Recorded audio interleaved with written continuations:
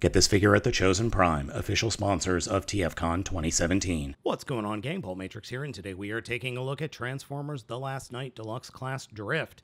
Now, this figure I originally thought was a redo of the original Age of Extinction Deluxe Class Drift. Not so. Completely different figure. Some parts have been reused, though. Like, that head is the exact same head. Those arms are the exact same, and some of the limb parts are the exact same as well. The overall aesthetic is pretty good. Colors are weird silverish gray, the gold for the face, red, and black. It doesn't look bad at all, though I thought Drift was blue in the movie. Though I don't really remember much from The Last Knight. I do like the look of this figure. I actually do like the red. It's actually more like a samurai.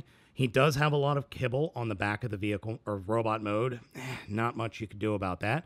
He comes with 4 accessories, specifically 4 swords. He comes with 2 larger swords, and then 2 smaller daggers on the back, or that can be stored on the back. Unfortunately, unlike the original Deluxe Class figure, you can't store all 4 weapons on the figure's back.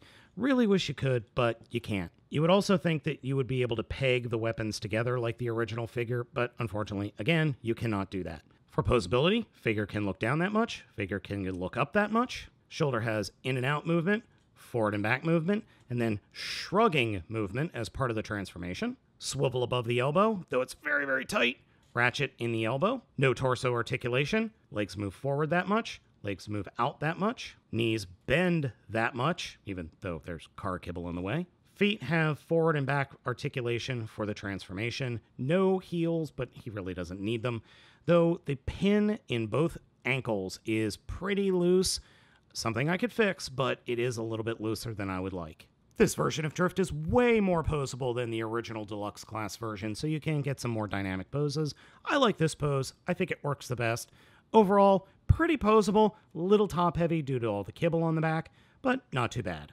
Transformation for this figure is more similar to Crosshairs than it is to Bumblebee in that he falls forward on his face and then the feet become the front of the vehicle mode as opposed to coming down like Bumblebee and falling on his face and having where his head is be the vehicle mode.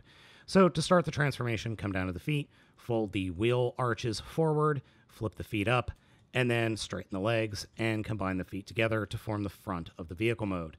Then come to the back of the robot mode, turn the top part of the kibble around, grab the hood of the vehicle mode and fold it down, bring it down forward, and snap it into place at the back of what were the robot legs, which this is annoying because things don't really stay where they snap into place. They have a tendency to pop out as you're doing the transformation.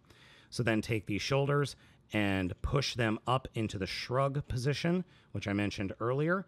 Fold out the little armor pieces a little bit and push the arms into just behind these thigh armor, and that will bend the...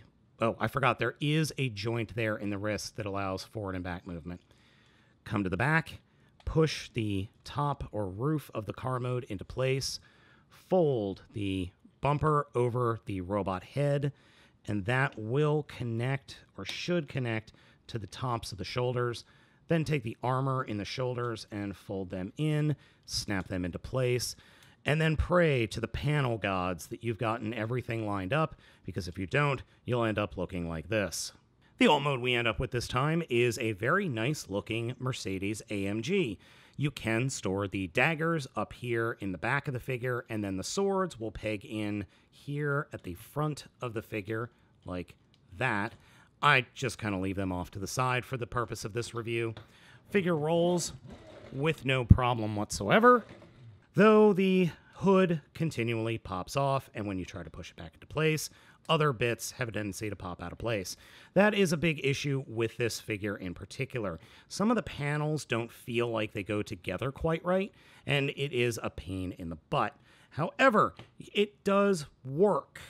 When you've got everything lined up perfectly, it does work. And I like the overall look of the vehicle mode. I think the black with the red highlights on the bottom and the red wheels works well. It also has a painted grille and painted headlights. That goes a long way to making the car feel like an actual vehicle. Overall, this version of Drift isn't too bad. Is it worth having in your collection?